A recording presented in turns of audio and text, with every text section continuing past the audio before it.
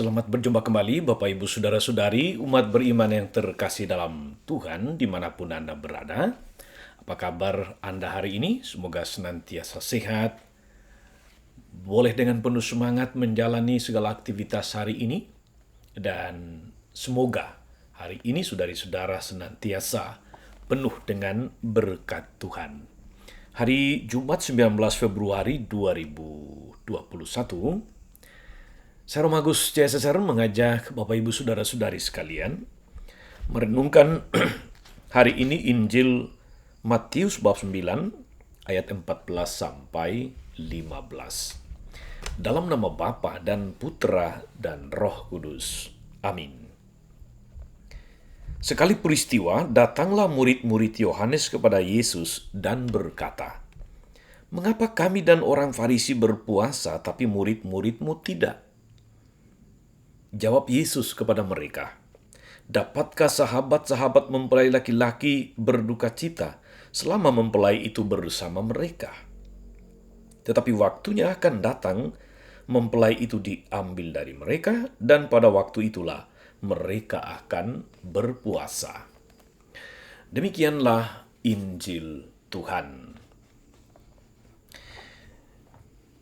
Bapak Ibu, saudara-saudari, umat beriman yang terkasih dan diberkati oleh Tuhan kita Yesus Kristus.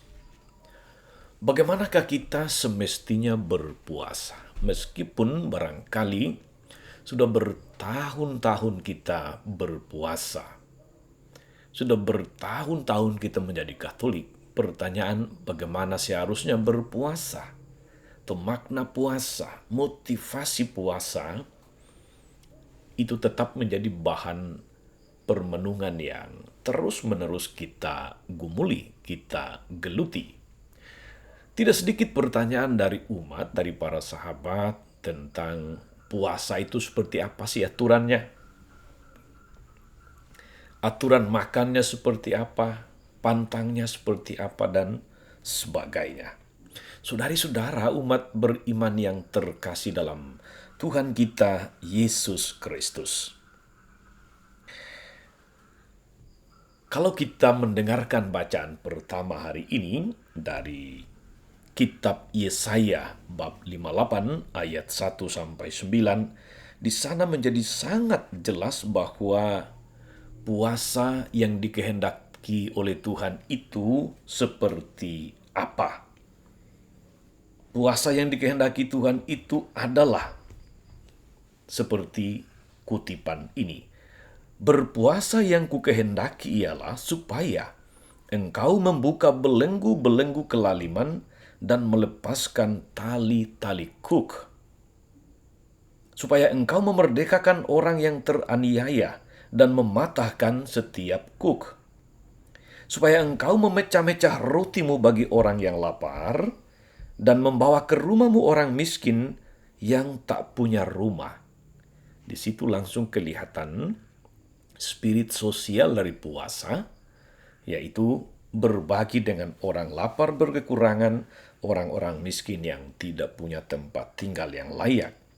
"Dan apabila engkau melihat orang yang telanjang, supaya engkau memberi dia pakaian dan tidak menyembunyikan diri terhadap saudaramu sendiri." Selalu melihat orang yang berkekurangan. Saudari-saudara, umat beriman terkasih, lalu jelas bagi kita sekarang bahwa puasa kita sebagai orang Katolik sudah sangat longgar sebetulnya, sangat ringan. Tapi yang paling penting dari itu sebetulnya adalah spiritnya, jiwa dari puasa kita apa. Memang ada aturan puasa dan pantang, sebagaimana ditetapkan oleh hukum gereja, ditetapkan oleh keuskupan dan sebagainya. Misalnya katakanlah, makan kenyang cukup 1 kali dalam sehari. Jadi kalau kita 3 kali makan, yang kenyang itu cukup 1 kali. Jangan sarapan kenyang, makan siang kenyang, makan malam juga kenyang sekali. Jadi selama puasa cukup 1 kali yang kenyang. Itu berarti 2 kali makan yang lain, makan secukupnya, tidak sampai kenyang. Tujuannya apa, saudari-saudara? supaya porsi makan yang kita kurangi itu, kita masukkan ke dalam kotak aksi puasa pembangunan. Atau di banyak tempat, banyak keuskupan disebut sebagai amplop APP atau untuk kegiatan aksi nyata Prapaskah. Tujuannya adalah itu. Jadi yang paling utama itu spiritnya, bukan aturannya. Kalau kita mendengar hari ini saudara-saudari dalam firman Tuhan, memang lalu kita bertanya-tanya, pertobatan seperti apa yang kita perlukan, atau bagaimana kita memaknai puasa kita sebagai orang Kristiani. Jangan utamakan aturannya, meskipun itu perlu. Tapi yang paling penting di antara itu adalah spiritnya, jiwanya. Puasa kita sebagai orang Katolik itu dalam kaitan urusan dengan Tuhan, tapi juga dengan sesama. Urusan dengan Tuhan menjadi makin baik, urusan dengan sesama menjadi semakin baik juga. Itu tujuannya. Jadi kalau puasa Anda tidak ada kaitannya dengan Tuhan, itu namanya diet. Tak ada bedanya kalau kita misalnya puasa supaya mengurangi berat badan. Kita puasa untuk mendapatkan badan yang lebih sehat, badan yang lebih langsing, badan yang six pack. Bukan itu. Puasa kita harus senantiasa ada kaitannya dengan Tuhan. Karena saya mengasihi Tuhan, saya ingin mengendalikan diri saya. Itu yang kita perdalam pada Rabu-Habu kemarin dalam spirit doa, puasa, dan bersedekah, amal kasih. Kita mengendalikan diri kita berpuasa bukan untuk diri kita sendiri. Bukan hanya untuk kepentingan diri kita sendiri, tapi untuk perbaikan relasi kita dengan Tuhan dan untuk juga semakin membuat diri kita, hidup kita menjadi bermakna, menjadi berkat bagi banyak orang di sekitar kita.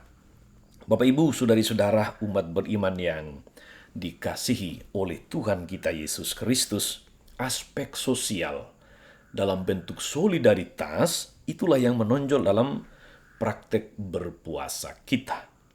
Maka mari saudara-saudari, kita memaknai puasa kita ini sebagai kesempatan untuk makin dekat dengan Tuhan melalui doa yang lebih intim lagi dengan Tuhan.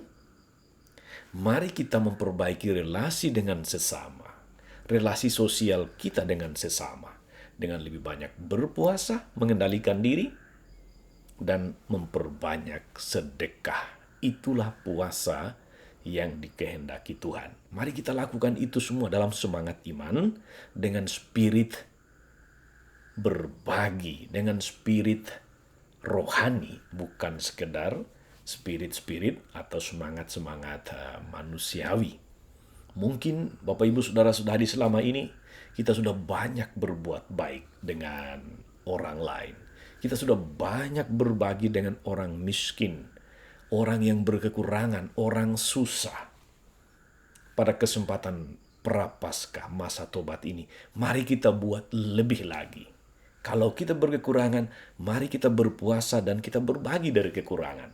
Kalau kita berkelebihan, mari kita berpuasa dan berbagi lebih lagi. Karena Tuhan, bukan karena kita atau karena diri kita sendiri.